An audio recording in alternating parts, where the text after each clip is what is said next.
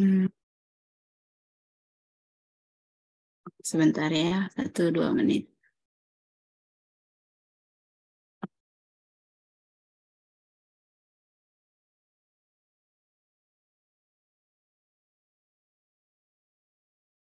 Hmm,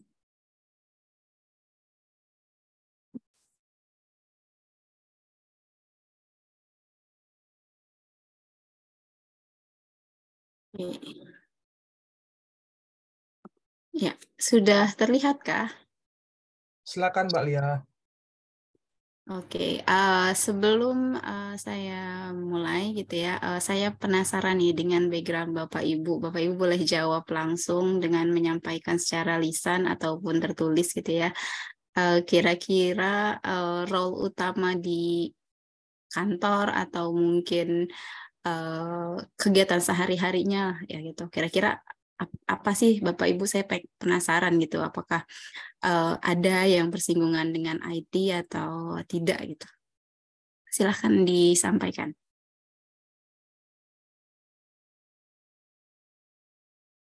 Ya, kira-kira role utamanya apakah misalnya eh, apa ya, data administrator atau mungkin eh, nggak ada kaitannya sama sekali dengan IT atau yang lain.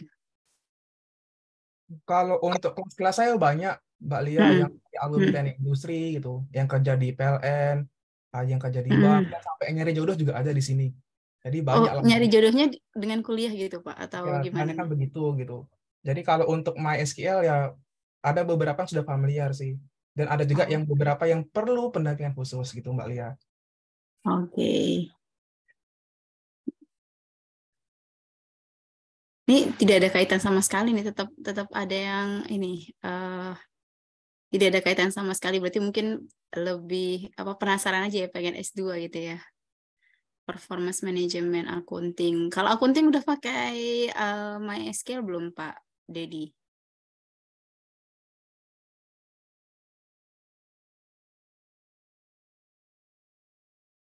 Coba kita lihat. Oh, belum ya, belum. Oke. Oke, itu pertanyaan pertama. Pertanyaan kedua, kira-kira database apa yang pernah Bapak Ibu kenal gitu ya, atau mungkin dipakai dalam kegiatannya sehari-hari?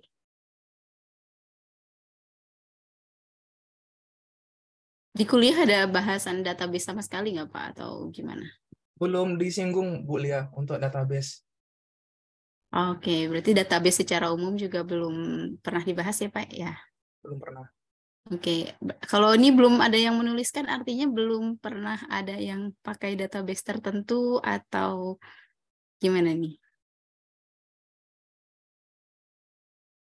Ini teman-teman di PLN Kayaknya mau jawab. takut dikasih pertanyaan kayaknya ya Pak ya. Kalau misalnya udah pernah gitu. Database-nya baru database pegawai mungkin, Bu. Iya, dalam database Excel ya, ada yang Iya, Excel. iya. Di HCIS Terus gitu, Bu. mm, selain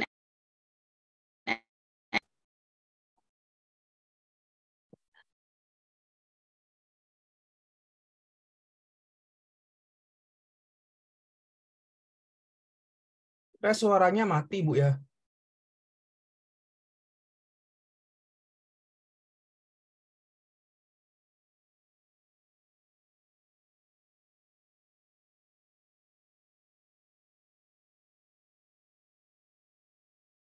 ya tes Oke, Mas, masuk Bu. Silakan dilanjutkan.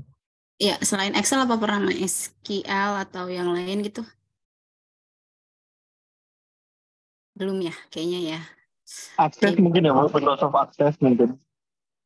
Database oke. lewat situ. Ah, Pas S1 dulu. pas S1 ya Pak ya. Pak Sandi ini backgroundnya apa Pak? Saya teknik industri kebetulan. Teknik industri ya. Oke. Oke, nah hari ini kita akan bahas sedikit tentang my SQL, tapi sebenarnya mungkin topiknya lebih banyak tentang SQL secara umum gitu. Nah, saya akan mulai. Oke, sebelum mulai saya ingin berkenalan. Ternyata tadi Pak Rezi sudah menyampaikan juga. Dua-duanya poinnya persis sama. Yang pertama terkait kerjaan saat ini, yang kedua terkait pendidikan. Itu kebetulan walaupun departemennya beda, tapi jurusannya program studinya tuh masih linear gitu. Semua terkait dengan IT gitu ya. Walaupun kalau misalnya di Korea atau di Jepang kayaknya banyaknya IT-nya masuknya ke engineering ya Pak ya, bukan kayak ke science gitu. Kalau di sini Nah, kan engineering. turunannya MIPA ya kebanyakan ya gitu. Bahkan kalau di IPB kayaknya masih di dalam fakultas MIPA ya kalau nggak salah ya Pak Rizie ya. Dan komputernya di MIPA, IPB. Ya, masih di sana gitu. Tapi kalau di UI sendiri sudah berdiri sendiri ya gitu. Artinya banyak, jadi ada proporsi sains dan engineeringnya lumayan sama kurang lebih gitu. Nah, oke. Nah, saya biasa dipanggil Lia atau kadang dipanggil Dita atau siapapun, Lia Sadita juga nggak apa-apa gitu ya karena banyak Lia gitu. Kira-kira yang nyaman aja untuk Bapak Ibu. Oke, saya akan cerita sedikit hari ini. Kita mungkin lebih banyak diskusi saja gitu ya. Jadi kalau misalnya memang ada pertanyaan yang tiba-tiba ingin disampaikan, silahkan disampaikan. Jadi outline-nya secara garis besar ada 3 hal. Yang pertama tentang database itu sendiri, SQL, MySQL gitu. Karena memang tidak bisa diasumsikan semuanya punya latar belakang yang sama. Yang kedua tentang basic SQL. SQL itu kalau di Fasilkom itu kuliah tentang database itu 2 matkul, berarti kurang lebih 6 SKS gitu ya. Jadi sebenarnya topiknya cukup besar, jadi saya mungkin mengenalkan dasar-dasarnya aja gitu. Lalu juga karena ini konteksnya kaitannya dengan business intelligence, jadi saya ingin menyampaikan sedikit tentang MySQL dan Tableau. Ada nggak Bapak Ibu yang pernah pakai Tableau?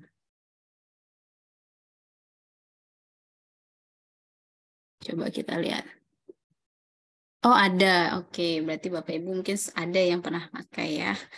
Tentu saja tidak menutup kemungkinan dengan BI tools yang lain gitu. Tapi ini hanya contoh implementasinya di Tableau gitu. Jadi secara umum penjelasannya itu mencakup MySQL dan BI tools, tapi saya spesifik ngambil yang Tableau. Oke, kita lihat lagi. Oke, cerita sedikit tentang database, SQL, dan MySQL. Mungkin kita sering bertanya-tanya, apa itu SQL? Gitu ya. Ada yang tahu kepanjangan dari SQL? Nih, yang pernah pakai SQL nih. Apa kira-kira kepanjangan dari SQL? Structure Query Language, ya betul ya, Ibu Fitri ya ini ya, atau Mbak Fitri, Mbak Piti ya, lucu ya, apa kayak Hello Kitty itu jadinya ya, Mbak Piti. Oke, Mbak Piti maaf ya Mbak, oke bercanda aja. SQL itu stands for Structure Query Language. Apa artinya? Itu sebelum kita lihat mungkin orang-orang dengan background BI, Business Intelligence, Data Science, Data Administrator, itu software engineering gitu ya, jurnalis gitu, researcher terutama, QA tester ini familiar dengan terms SQL gitu, Structure Query Language. Nah, orang-orang yang bekerja dengan role seperti ini tertarik untuk meretrieve suatu informasi dari data-data yang sudah kita miliki gitu. Nah, untuk mengekstraksi informasi tersebut kita butuh menyimpan, tentu saja menyimpan lalu meload secara efisien. Jadi tujuannya adalah kita ingin meretrieve data. Lalu SQL atau stand for Structure Query Language ini adalah suatu standar. Artinya adalah suatu mekanisme gitu ya, bahasa yang digunakan untuk menyimpan Selain untuk menyimpan, juga untuk memanipulasi, juga untuk manipulasi di sini maksudnya bukan membohongi gitu ya, tapi lebih ke arah modifikasi gitu ya, mengambil lalu yang terakhir retrieve data dalam database gitu. Jadi kita punya data yang sudah tersimpan secara lengkap gitu dari suatu data source. Kita gunakan SQL, ini suatu tadi disebutnya suatu language gitu ya, suatu bahasa, biasanya bahasa pemrograman tentu saja, dengan melakukan query gitu. Jadi query itu semacam bahasa yang sederhana yang merupakan perintah gitu ya. Dan diharapkan kita bisa mendapatkan insight gitu. Nah, pertanyaannya, kenapa SQL? Kenapa enggak kita pakai Excel gitu? Kan sekarang kita bertanya-tanya gitu. Kenapa harus begini? Kenapa harus begitu? Gitu. Kira-kira apa sih sisi positifnya? Nah, SQL ini secara umum SQL ini sintaksnya itu intuitif gitu ya. Jadi buat yang punya background computer science atau yang non computer science bisa membaca sintaks SQL dengan lebih cepat gitu ya, dengan lebih cepat kira-kira memaknai apa sih arti dari bahasa pemrograman ini. Jadi kan bahasa pemrograman itu suatu media buat kita sebagai orang gitu, human, berkomunikasi dengan komputer gitu ya. Sedangkan komputer itu sebenarnya hanya mengerti bahasa-bahasa binari gitu ya, 1000, 1 dan lain-lain gitu. Nah, SQL ini memediasi gitu. Nah, memediasinya karena apa? Karena manusia itu tidak mengerti bahasanya komputer gitu. Jadi dia adalah mediasi data, nanti bahasa ini yang menerjemahkan perintah yang kita sampaikan ke dalam bahasa yang dimengerti oleh komputer. Jadi bahasa yang menjembatani ini adalah bahasa yang cukup intuitif untuk kita pahami gitu ya, mudah dipelajari juga dan cukup powerful gitu. Artinya sederhana tapi bisa menampilkan data yang cukup merepresentasikan kebutuhan gitu ya kita masing-masing gitu, dan juga dia bisa menghandle data-data dengan ukuran yang besar. Kenapa kita pilih SQL? Gitu. Nah, selain itu dari sisi teknologi pun SQL ini termasuk teknologi yang populer. Gitu. Jadi ada banyak sekali, ini saya ambil dari Stack Overflow ya, ada banyak sekali bahasa pemrograman, bahasa scripting, bahasa untuk markup. Nah, seperti apa? HTML mungkin Bapak Ibu tahu, ada JavaScript, ada Python, lalu ada C, ada Java gitu ya, ada PHP gitu. Nah, yang SQL ini termasuk yang cukup populer gitu. Jadi ini digabungkan ya, programming, scripting, markup language digabungkan.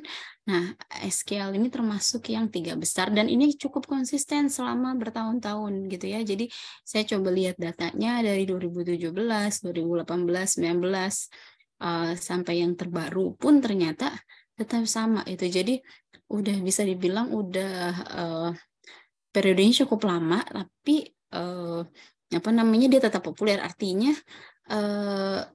kayaknya sampai beberapa tahun mendatang ini masih cukup relevan, banyak digunakan gitu ya. Belum ada tendensi untuk mengganti dengan bahasa pemrograman yang baru gitu dari SQL.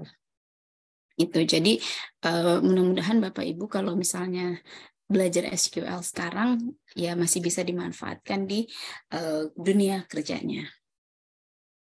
Oke, apa bedanya SQL database dengan Excel spreadsheet? Itu jadi database itu di sini dia lebih punya beberapa hal yang positif gitu ya. Yang pertama adalah dia bisa memproses data lebih banyak.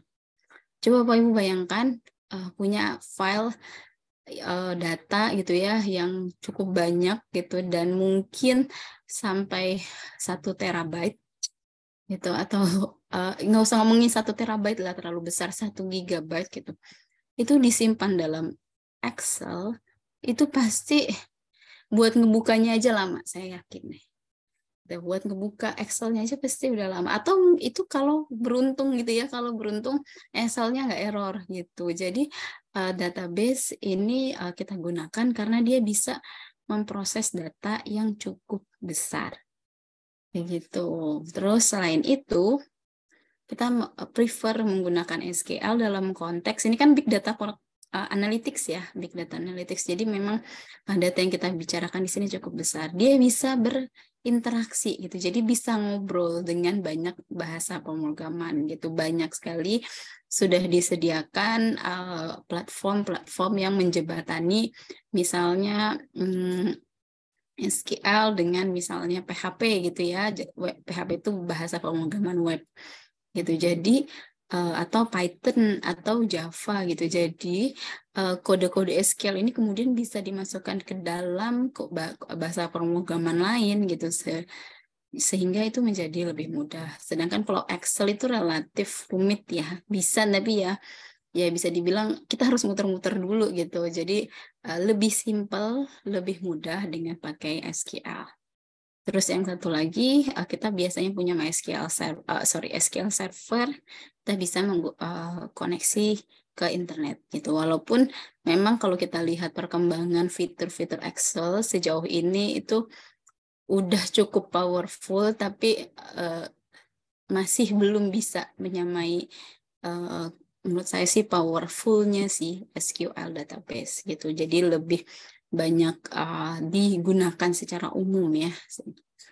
Tapi kalau misalnya data kita nggak terlalu banyak, menurut saya pakai Excel itu cukup mudah dan juga cukup sesuai sama kebutuhan. Investasinya juga mungkin bisa jadi lebih rendah gitu ya dibanding kita pakai SQL. Jadi memang harus melihat case by case mana yang lebih baik dari yang lain gitu, sesuai dengan kebutuhan masing-masing company atau institusi.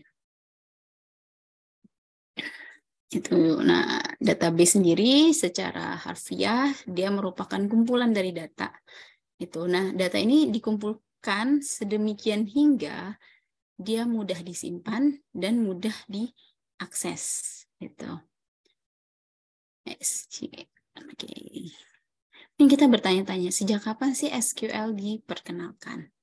SQL diperkenalkan sejak mungkin tahun 1970-an ya, ini oleh seorang researcher Edgar Colt di tahun tersebut dari IBM. Jadi awalnya mathematician. Nah, dulu namanya bukan SQL tapi SQL gitu, Structured English Query Language to interact with IBM System or Database. Jadi panjang gitu ya. Tapi kadang orang ngomong SQL tuh nggak SQL juga gitu ya, menyebutkannya SQL gitu. Ya mungkin karena secara history juga dulu namanya SQL bukan SQL gitu ya dalam spellingnya. Jadi banyak yang menyebutkan SQL itu adalah SQL. Itu jadi cukup lama gitu dan cukup bisa kita pakai sampai sekarang gitu. Jadi ini menunjukkan betapa powerful-nya dari SQL. Nah, tadi kita udah kenal database, kita udah tahu tentang SQL gitu. Tentu kita bertanya-tanya gitu, kenapa sih MySQL gitu? Kenapa kita nggak pakai gitu ya? Ada banyak sekali platform database management system. Jadi database management system ini adalah tempat kita menyimpan data. Gitu. SQL itu adalah suatu standar gitu ya yang digunakan untuk kita retrieve atau menyimpan data-data yang kita miliki ke dalam DBMS gitu. Kenapa kita pilih MySQL? Ada Oracle, ada PostgreSQL, ada Microsoft SQL Server, SQLite, atau ada Amazon DynamoDB, ada IBM DB, ada MariaDB, ada MongoDB, ada Firebase gitu. Nah, saya juga penasaran nih kenapa Pak Rezi itu ya memilih topik MySQL gitu ya, bukan Oracle gitu for business intelligence. Boleh sharing sedikit Pak mungkin? Karena itu di silabus Bu Lia. Di silabus, tapi silabus itu kan ini ya sudah bisa Bapak Karena mungkin apa ya, untuk praktisnya ya, sepengalaman saya itu ketika diminta bantuan di DS atau apa namanya, online shop orange ya, sama hijau gitu. Ya mesti mereka database-nya di SQL gitu. di MySQL ya. Ya di Dan SQL kebanyakannya. iya, iya memang itu ya cukup banyak ya, itu sebenarnya itu salah satu ya alasannya bahwa perusahaan pun dalam skala besar itu banyak menggunakan MySQL gitu. Kalau kita lihat ini daftar company yang pakai MySQL, perusahaan-perusahaan yang cukup besar, ada Facebook, YouTube, eBay dan lain-lain. Itu kenapa mereka pilih itu ya pertanyaannya, dan termasuk menjadi motivasi kita belajar MySQL, yaitu satu karena dia reliable gitu ya. Reliable ini maksudnya adalah dia handal, cukup handal, dan juga cukup mature ya, berarti dia teknologi sudah cukup lama gitu dan masih relevan sampai sekarang gitu. Nah, kalau kita lihat dari DB Engine Ranking Score, MySQL juga masih lumayan tinggi, walaupun paling tingginya adalah Oracle gitu. Nah, mungkin berbeda dengan Oracle, MySQL itu gratis gitu ya. Jadi open source juga. Jadi beberapa companies mungkin juga memikirkan aspek tersebut gitu ya, secara karena mungkin mereka memiliki data yang banyak sekali gitu, dan faktor MySQL cukup reliable, mature, dan free dan open source itu membuat sebagai alasan memilih MySQL dibandingkan dengan beberapa database yang lain gitu. Oke, kita lihat lagi. Nah, untuk professional developer gitu ya, kita ini juga sama nih, ini survei yang dilakukan terhadap 63 responden di Stack Overflow ya. Di sini banyak yang menggunakan sebagai developer, banyak yang menggunakan PostgreSQL, tapi banyak juga yang menggunakan MySQL gitu. Jadi cukup populer gitu, dan beberapa meng-highlight ya kelebihan MySQL secara teknis gitu ya, bahwa dia scalability-nya bagus, data security-nya juga bagus gitu, terus AICD transaction-nya juga bagus gitu. Jadi ini yang menjadi alasan juga bahwa MySQL itu cukup populer. Gitu. Oke, kita lanjut ke basic SQL ya, SQL. Tuh, sebelum kita lihat apa sih basicnya SQL, kita coba lihat dulu jenis-jenis pemrograman. Jadi ada banyak bahasa pemrograman, gitu ya. Ada bahasa pemrograman yang prosedural, ada bahasa pemrograman yang object oriented, ada bahasa pemrograman yang deklaratif, ada bahasa pemrograman yang fungsional. Nah, di bawah ini adalah contoh-contohnya untuk masing-masing bahasa pemrograman. Itu apa bedanya? Nah, SQL ini termasuk ke bahasa pemrograman yang deklaratif atau non-prosedural.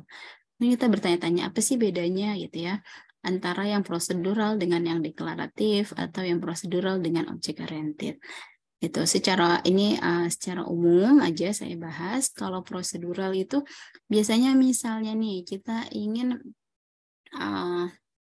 let's say kita ingin contohnya apa ya?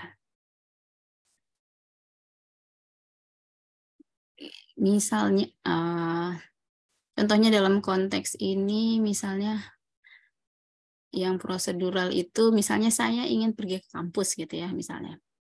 Nah, saya ingin pergi ke kampus UI, misalnya kayak gitu. Berarti yang pertama saya lakukan adalah saya mempersiapkan diri saya gitu ya, misalnya mandi, makan gitu ya, menyiapkan alat-alat dan lain-lain. Yang kedua, saya misalnya memanggil Gojek ke kampus, lalu yang ketiga saya berangkat dengan Gojek, yang keempat saya tiba di kampus misalnya seperti itu. Jadi perintahnya tuh kita deskripsikan langkah-langkahnya, pertahapannya. Bahasa-bahasa yang prosedural itu seperti itu. Kita memberikan penjelasan tentang bagaimana menggapai tujuan. Itu langkah-langkahnya kita spesifikasikan. Nah, untuk yang object oriented kita menyusun bahasa pemrograman itu sebagai suatu objek-objek yang saling berinteraksi gitu.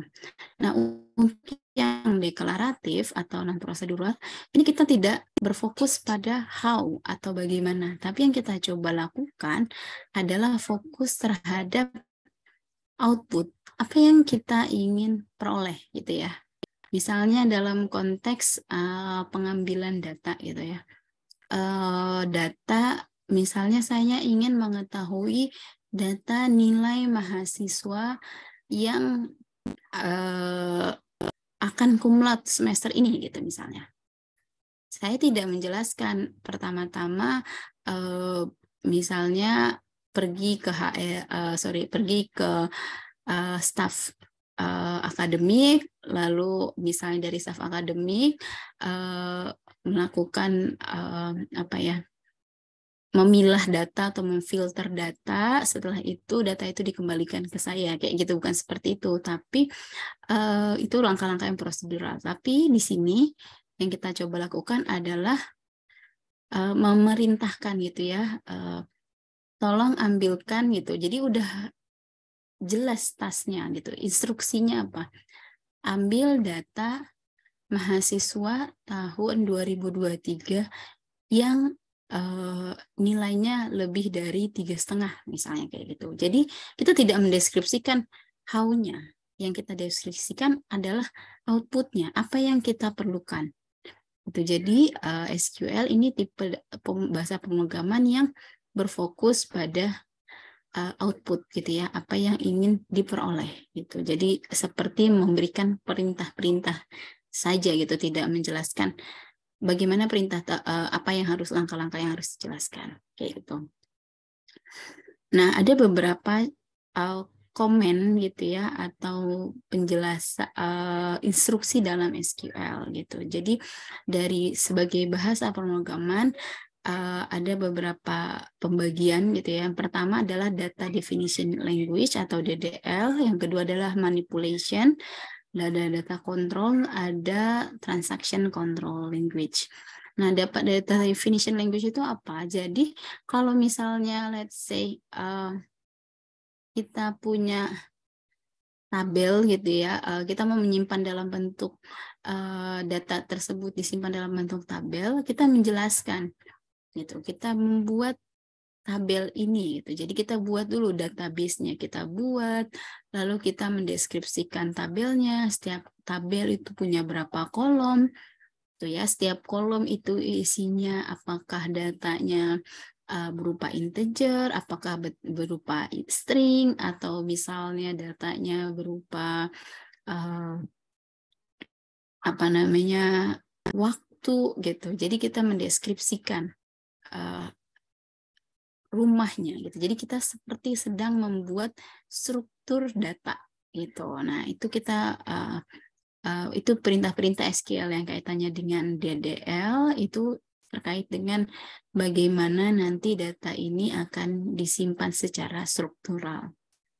Nah, untuk yang manipulation language ini digunakan untuk memanipulasi gitu. Memanipulasi misalnya saya ingin mengambil data, mengakses data tertentu gitu ya, memfilter data, mengurutkan data.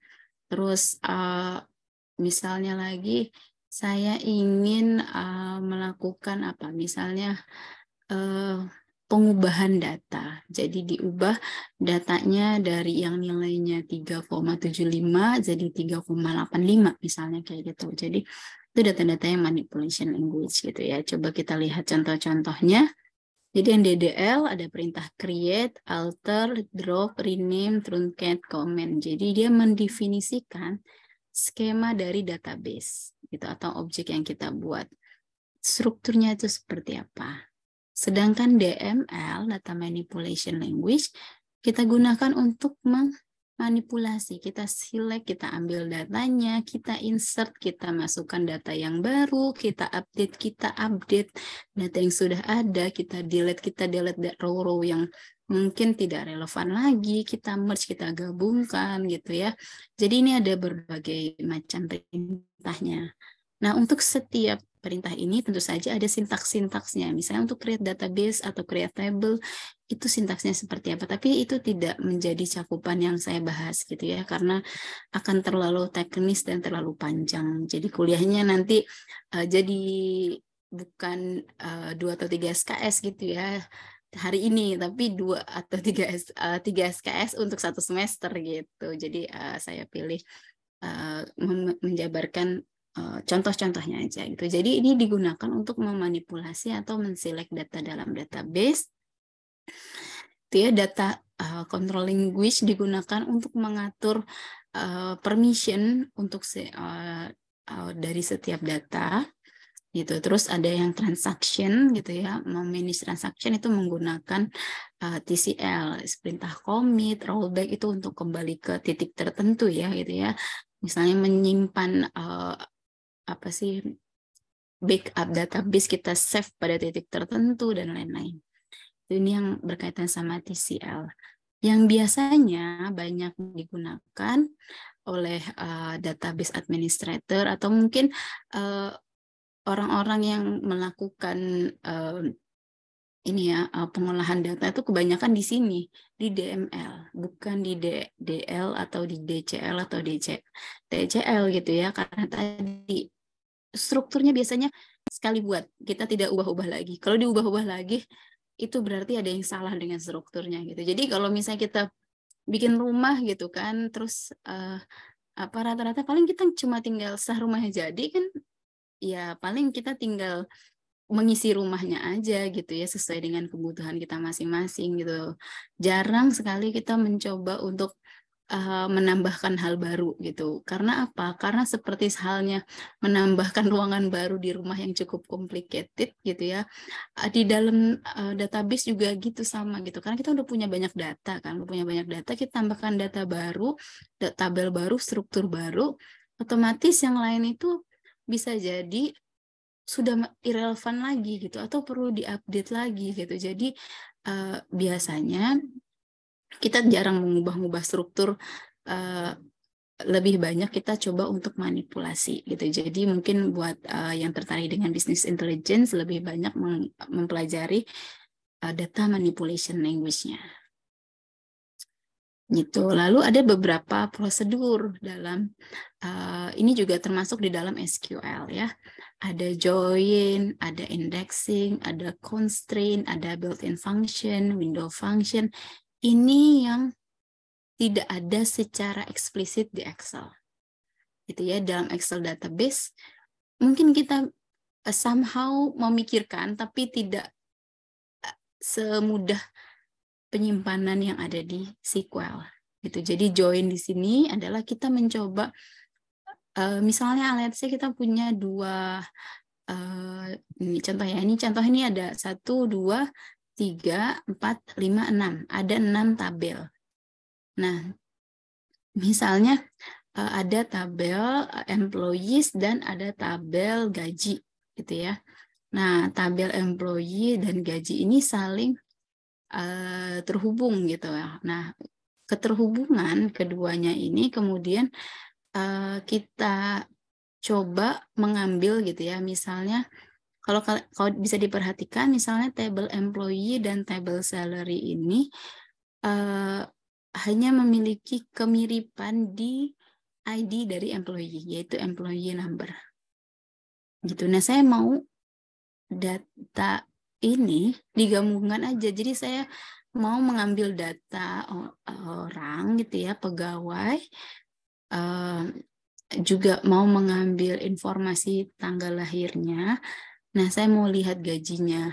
Jadi nanti mungkin saya mau menganalisis kira-kira ada nggak sih pola yang berbeda gitu ya, orang-orang yang lahir tahun sekian itu kemungkinan salarinya lebih besar dibanding orang-orang yang lahir tahun sekian, misalnya kayak gitu, kita contoh aja. Jadi data dari 2 tabel ini kemudian kita coba untuk join.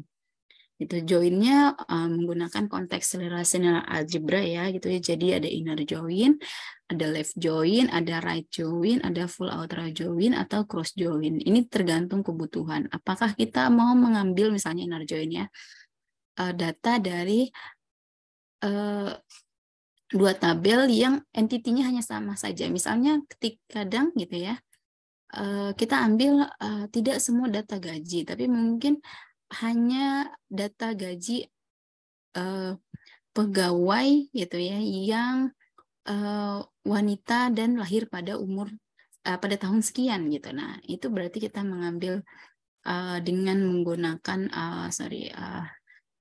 bisa inner join gitu. Jadi hanya yang mirip-mirip aja gitu. Kita tidak peduli yang berada di luar konteks gitu ya, yang tidak ada di 2 tabel tersebut gitu ya. Jadi hanya mengambil yang beririsan misalnya kayak gitu. Lalu kita bisa melakukan left join gitu. Lalu kita bisa melakukan right join, bisa menggabungkan saja semua datanya dalam data yang ingin kita ambil gitu ya, atau bisa melakukan cross join. Nah, itu yang pertama. Selain itu, selain ada fungsi untuk join, juga ada fungsi untuk indexing. Nah, indexing ini seperti apa? Indexing kalau kita bayangin gitu ya, kita punya data yang banyak gitu.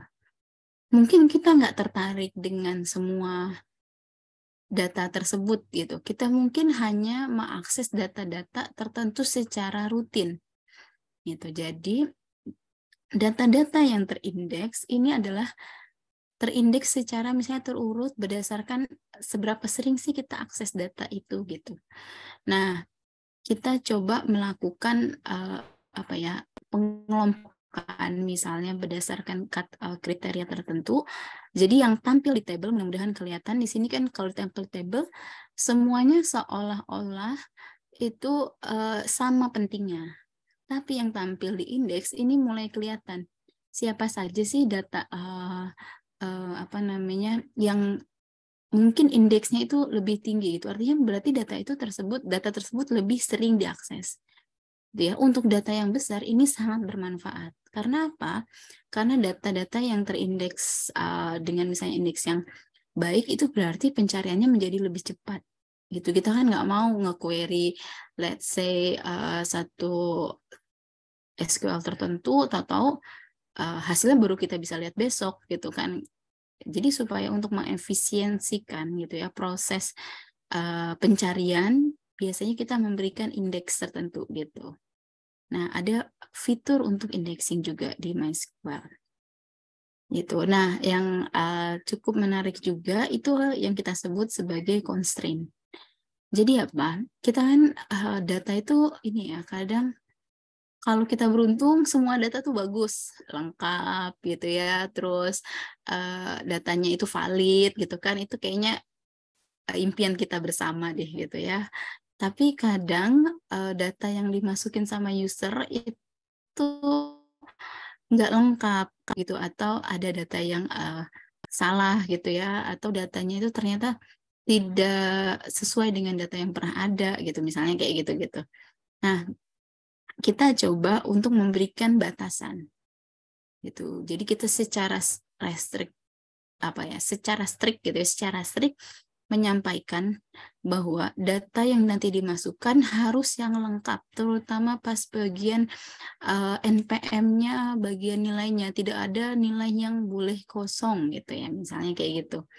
Nah, kita pakai constraint gitu. Jadi mungkin di level atas, di level interface user masukin udah dibatasi gitu. Tapi di level database itu juga perlu kita batasi gitu. Karena apa?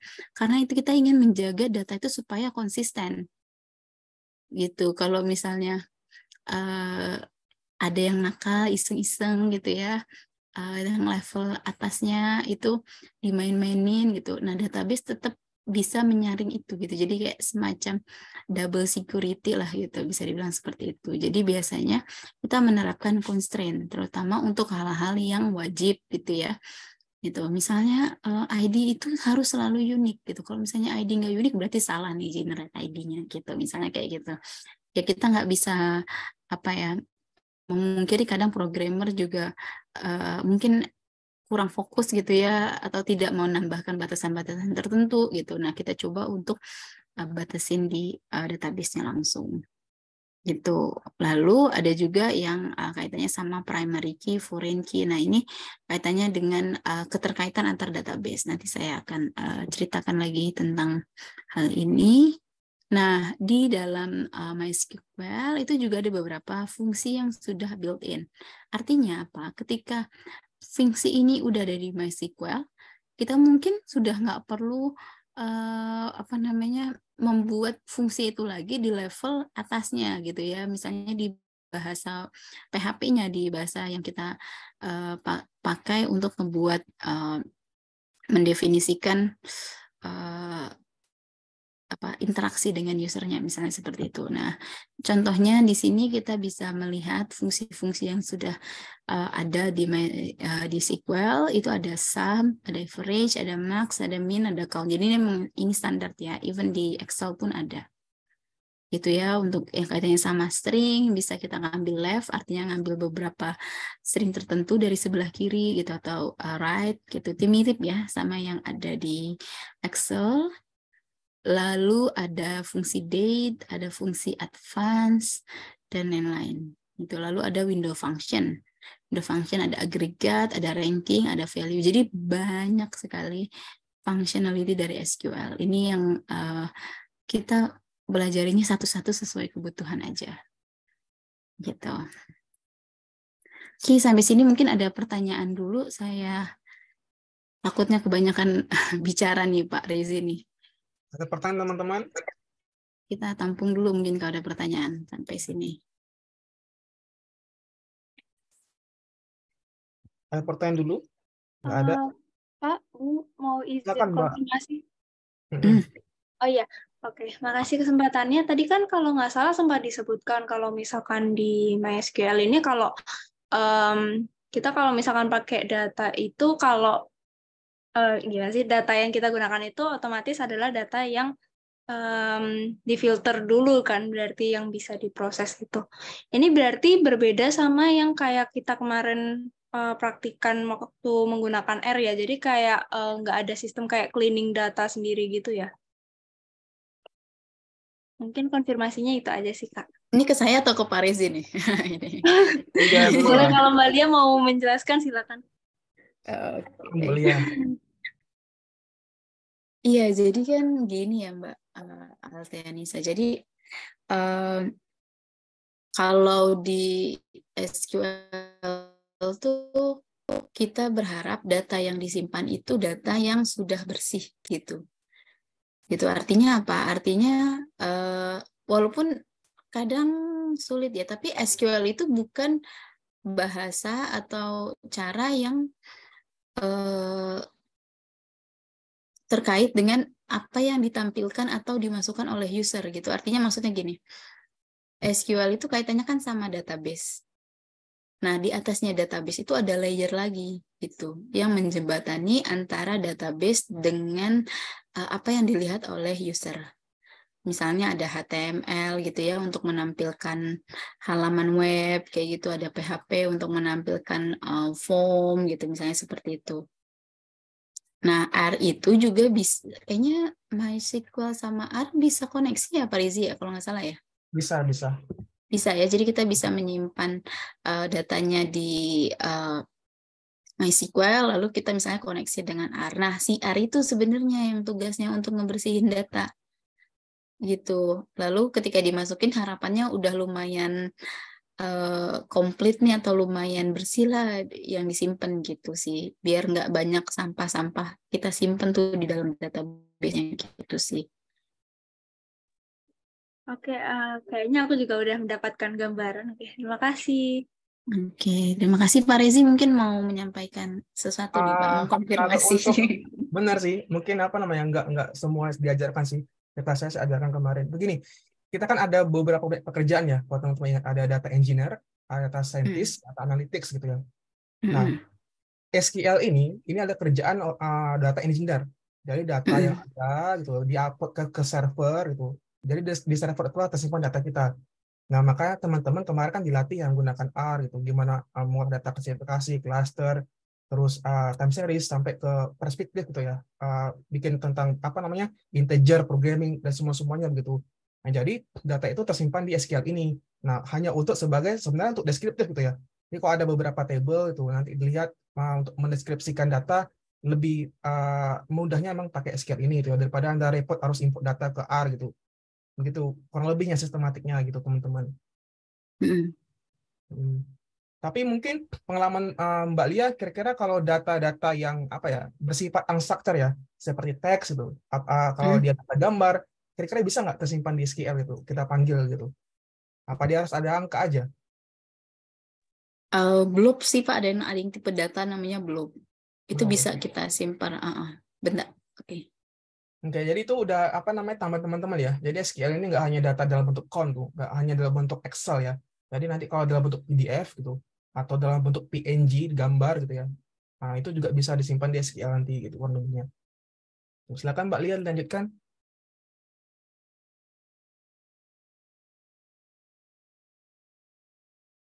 Oh, ada pertanyaan lagi, Oke, Mbak. ada pertanyaan lagi, coba kita lihat ya. Ada nih, bedanya inner join sama cross join dari Mbak Piti. Mbak Piti, oke, inner join dan cross join Ibu. Oke, dulu ketika belajar akses ini ada 2 pertanyaan, saya baca dulu ya. Untuk membuat tabel kita harus menentukan unique key, foreign key, relation among tables. Apakah di SQL juga sama?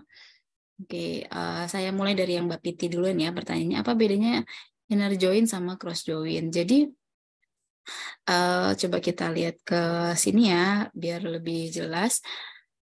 Ini secara matematik itu berbeda, bahwa inner join itu dia intersection, jadi irisan dari kedua tabel. Sedangkan cross join itu kita misalnya let's say kita punya dua ini ada ABC 1 2 3 gitu, ini datanya, row-nya. A akan dikoneksikan ke dijoinkan dengan 1 dengan 2 dengan 3 gitu. Jadi secara matematik ini lebih ke arah kombinasi dari dua data yang di tabel pertama dan tabel yang kedua. Gitu. Itu yang saya ketahui. Terus tadi ya melengkapi ya, mungkin hari itu kita banyaknya pakai untuk visualisasi ya Pak ya. Gitu ya, analytics gitu. Jadi kalau SQL tuh memang buat supportingnya sih gitu. Jadi walaupun kadang-kadang dua-duanya tuh punya capabilities yang sama, tapi secara khusus biasanya kita pakainya tuh sesuai dengan di mana utamanya yang mana gitu sih. Oke, itu terkait sama inner join sama cross join. Apakah sudah cukup menjawab ya Bu Piti? Sudah terjawab, Bu Piti? Apa mau open mic? Ya, sudah Ibu. Terima kasih. Oke, terima kasih. Kita pindah ke Mas Andi. Ya, Mas Andi. Oke, dulu ketika belajar akses ini sama Pak. Jadi kita, maaf Mas Andi, mungkin pertanyaan saya, kira-kira role-nya Mas Andi lebih banyak ke data engineer atau data analis atau mungkin apa nih gitu, biar mungkin bisa dapat gambaran. Saya HR manager aja sih Bu di kantor. HR manager ya. Kadang-kadang ya berkutat dengan database juga, tapi selama ini masih pakai Excel sih utamanya. Waktu itu saya ketika belajar akses itu ada kita bikin unique key dulu, menentukan unique key dulu, origin key, terus habis itu menentukan hubungan antar table juga. Apakah SQL juga seperti itu ya Bu? Iya, kurang lebih sama. Jadi kan kalau di akses itu kan turunannya ini ya, Microsoft ya, kalau nggak salah ya, Microsoft Access. Nah, jadi di Microsoft tuh ada 2 yang kaitannya sama database. Yang pertama itu Access. Yang kedua itu Microsoft SQL Server ya, gitu ya, SQL Server. Jadi kalau MySQL kan MySQL ada MySQL tadi, Oracle apa segala macam, tapi ada juga Microsoft SQL Server itu sendiri gitu. Nah, Access itu kurang lebih mirip gitu ya, cuma beda bahasa aja. Kita juga di SQL itu menentukan unique key-nya, foreign key-nya, relation among tables-nya juga sama. Itu secara ringkas jawabannya iya sama gitu ya. Jadi kayak misalnya let's say di gambar ini kan gambar strukturnya gitu. Jadi ketika pertama kali kita coba gitu, kita perlu mendefinisikan secara umum. Misalnya ini employee ini ID-nya data employee yang kita punya mungkin apa? Misalnya ID, tanggal lahir. Itu ya, terus namanya, nama pertama, nama terakhir gitu ya, gendernya, kapan dia mulai bekerja, misalnya kayak gitu. Lalu ada salary tadi yang kita bahas, ada employee number, ada salary, ada sejak kapan gitu ya, mungkin sejak kapan bekerjanya sampai kapan gitu. Nah, ini juga ada, mungkin ini bukan kaitannya sama bekerja ya, tapi lebih ke arah ke gajinya gitu ya. Gajinya sejak kapan mulai dengan gaji sekian gitu misalnya. Kayak gitu. Jadi di sini yang namanya primary key itu biasanya adalah yang menjadi yang membedakan setiap entitas dalam data yang kita simpan. Itu kayak misalnya kalau misalnya di sini kan ada ID ya, kayak KTP lah ya, ada NIK gitu ya. NIK menjadi sesuatu yang unik karena kadang nama itu sama, kadang nama depan nama belakangnya sama, tanggal lahirnya kadang sama gitu. Nah, employee ID yang menjadi biasanya dijadikan sebagai primary key. Nah, employee ID ini juga mungkin berkorelasi dengan tabel-tabel lain kayak employee ini dia ada yang tadi sama salary, sama departemen, sama title, sama departemen manager. Jadi kita mendefine relasinya, apakah relasinya satu-satu atau satu ke banyak atau banyak ke banyak gitu ya, many to many. Itu. Nah, terus untuk yang misalnya employee ini itu dia nanti akan ada kaitannya sama dia di departemen apa, dari tahun ke berapa, dan lain-lain. Nah, data ini kemudian employee number, ini dia menjadi, employee number yang di sini menjadi foreign key untuk di departemen. Gitu. Jadi kalau bisa diperhatikan di sini, employee number ini cukup powerful ya, dia menjadi primary key di employee dan menjadi foreign key di tempat-tempat lain. Gitu, karena mungkin memang kombinasinya ya, misalnya employee number dan departemen number ini kombinasinya harus unik gitu, karena di sini ada dua ini ya, dua kunci gitu. Jadi kunci-kunci ini yang menjadi kenapa gunanya tadi ya dalam penyimpanan, supaya dia bisa menjadi reference point gitu, bisa jadi reference point kita ketika mengambil suatu data gitu. Makanya dikenal yang primary key, foreign key, juga relation ya among tables. Jadi kaitannya apakah satu employee bisa punya lebih dari satu title, apakah satu employee itu bisa punya banyak manajer gitu ya, atau siapa saja manajer yang memiliki di bawahnya dia siapa saja employee yang terkait gitu ya. Terus setiap departemen dia punya manajer, berapa banyak manajer yang dimiliki oleh suatu departemen gitu. Nah, ini yang kemudian didefinisikan di struktur dari suatu database gitu. Dan ini biasanya memang orang yang sudah benar-benar paham ya tentang bagaimana menyimpan data yang baik gitu. Jadi biasanya ini udah terdefinisi kalau misalnya role-nya kita adalah lebih ke arah pengolahan data gitu.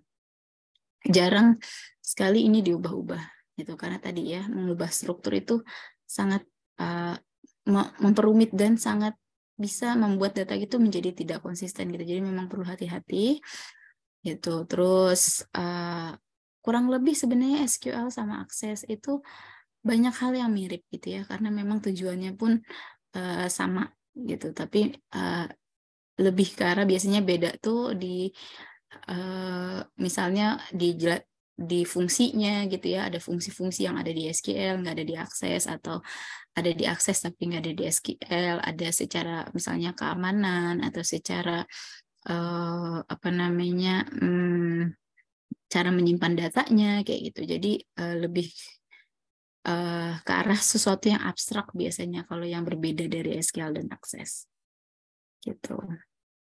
Nah, oke, pertanyaannya menarik ya. Nah, ini ada pertanyaan lagi Pak Rizi. Iya, dari Mbak Nabila, silakan. Tadi ada prosedural dan non-prosedural, termasuk non-prosedural ya, SQL, dan terlihat lebih sederhana. Oke, jadi tipe bahasa pemrograman itu ya memang ada 2 jenis ya, dan untuk menentukan tipe, kira-kira kalau R itu masuknya ke mana nih, prosedural atau non-prosedural nih Pak Rizi? Mungkin bisa sih, itu tergantung gimana mau ngedesainnya Bu Lia. Betul. Dirubah ke C++ karena ada library kayak TMB di situ. Bisa juga prosedural juga, non prosedural. Dua-duanya bisa kok. Bahkan di object oriented pun juga bisa ya, area Pak. Bisa. Bisa ya gitu. Jadi memang apa namanya, biasanya kadang satu bahasa pemrograman itu bisa ke beberapa tipe bahasa pemrograman gitu. Jadi nggak semuanya prosedural gitu ya, atau nggak semuanya non prosedural murni itu. Cuma SQL itu termasuk yang deklaratif murni gitu ya. Kita tidak pernah sih membuat prosedural di SQL, tapi itu kayak agak maksa gitu kali ya itu. Jadi apa namanya, agak nggak disarankan lah gitu. Oke, ya, jadi R itu termasuk yang multi paradigm ya. Oke, nah apa kekurangannya itu ya? Kapan kita menentukan kita pakai yang prosedural atau yang non prosedural, deklaratif atau non deklaratif? Ini sebenarnya tergantung kebutuhan gitu. Terus kebutuhan artinya kayak misalnya role kita adalah data analis. Kita pengen mengambil data, lalu mengolah data tersebut supaya bisa menyajikan informasi tertentu, gitu ya. Jadi kita mungkin lebih prefer yang deklaratif, gitu, dibanding yang prosedural, kayak gitu.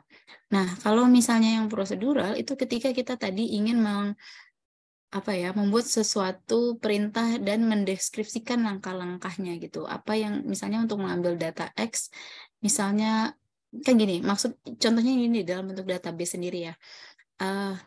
Kalau kita yang deklaratif itu perintahnya misalnya select employee nama gitu ya, yang birth date-nya misalnya lebih dari tahun 1980. Tuh. Kita nggak peduli tuh apakah untuk select itu perlu langkah-langkahnya seperti apa kayak gitu. Tapi kalau yang prosedural itu kita mendefinisikan secara clear gitu bahwa kita perlu misalnya let's say connect ke SQL server. Lalu kita memasukkan query. Setelah memasukkan query, datanya kemudian ditampilkannya secara visual dalam bentuk graf, misalnya seperti itu. Maka kita butuh yang seperti Python. Gitu. Jadi yang deklaratif ini punya keterbatasan gitu ya, karena kita tidak mendefine outputnya seperti apa. Artinya kita menerima output yang diberikan. Gitu. Sedangkan yang prosedural kita bisa memodifikasi lagi outputnya sesuai dengan kebutuhan kita. Itu ini contohnya kalau dalam konteks pengolahan data gitu. Ya, oke. Apakah cukup menjawab ya Mbak atau Ibu Nabila? Iya Bu, terima kasih. Oke. Pak Rezi, kalau misalnya tiba-tiba ada yang ingin ditambahkan, silakan ya Pak ya. Ya, siap. Sejauh ini aman. Jadi ya. Pak Rezi bisa jadi narasumber dan bisa jadi moderator dan semuanya. Enggak lah. Silakan Bu ya. Ini ada lagi dari Mbak Maisha ini. Ya nih, bagaimana penggunaan SQL pada GIS? Setahu saya SQL hanya sekedar select by attribute tabel GIS. Tidak ada efek apa-apa pada data spasial. Apakah SQL bisa melakukan lebih dari itu? Wah, sebenarnya saya belum pernah ya menggunakan data menggunakan SQL pada data GIS. Jadi ini sependek pemahaman saya saja gitu ya. Sependek pemahaman saya, pertama kita bisa menyimpan data tersebut, data spasial. Kan data spasial itu kan bisa kita simpan sebagai image utuh gitu ya. Bisa kita simpan sebagai struktur data tertentu, misalnya vektor, atau yang kemudian dalam database itu disimpannya nggak bulat-bulat gambar gitu. Jadi dalam bentuk tertentu gitu. Nah, kalau misalnya di database misalnya bisa kita define bentuknya gitu, berarti bisa kita manipulasi gitu sih. Apakah bisa berefek? Tentu saja. Jadi gini, kalau fungsinya agak berbeda ya. Kalau GIS itu biasanya data spasial itu biasanya kita mau kita mau transformasi, misalnya mau di warnanya jadi hitam putih atau kita mau menghapus background kayak gitu. Nah, SQL itu bukan untuk itu tujuannya gitu. Jadi dia bukan untuk memanipulasi gambar gitu. Tapi dia bisa menyimpan data spasial gitu. Jadi tapi tidak melakukan manipulasi, karena kalau mungkin SQL punya kapabilitas mengubah gitu ya, maka nanti dia itu akan punya banyak sekali fungsi-fungsi yang rumit gitu. Oke, jadi efeknya tetap perlu dilakukan secara bisa kita pakai Python atau pakai MATLAB gitu ya untuk mengubah data-data yang spesial, karena karakteristiknya lebih spesifik lagi. Benar-benar. Mungkin kalau saya mau nambahin sedikit, Mbak Lia, mungkin kerjaan dengan teman-teman BPS ya, kayak Mbak Riza gitu, begini. Data GIS itu kan data raster ya dia. Jadi kalau teman-teman menggunakan seperti untuk analisa ekonomi itu ada produk namanya Nightlight gitu. Jadi misalnya data raster di malam hari itu, data pantauan dari bulan. Jadi kan kalau daerah-daerah yang dikatakan dia maju kan dia terang ya, karena kan ada listrik. Setuju kan ya?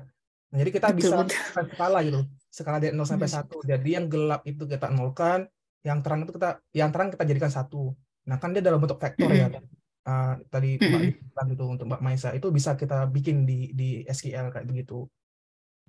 Kurang lebihnya. Tapi manipulasinya jarang ya Pak di SQL-nya ya, lebih ke arah penyimpanannya aja menyimpan gitu. Data saja, biar hemat memori gitu, biar mempermudah Anda memanggil servernya gitu paling.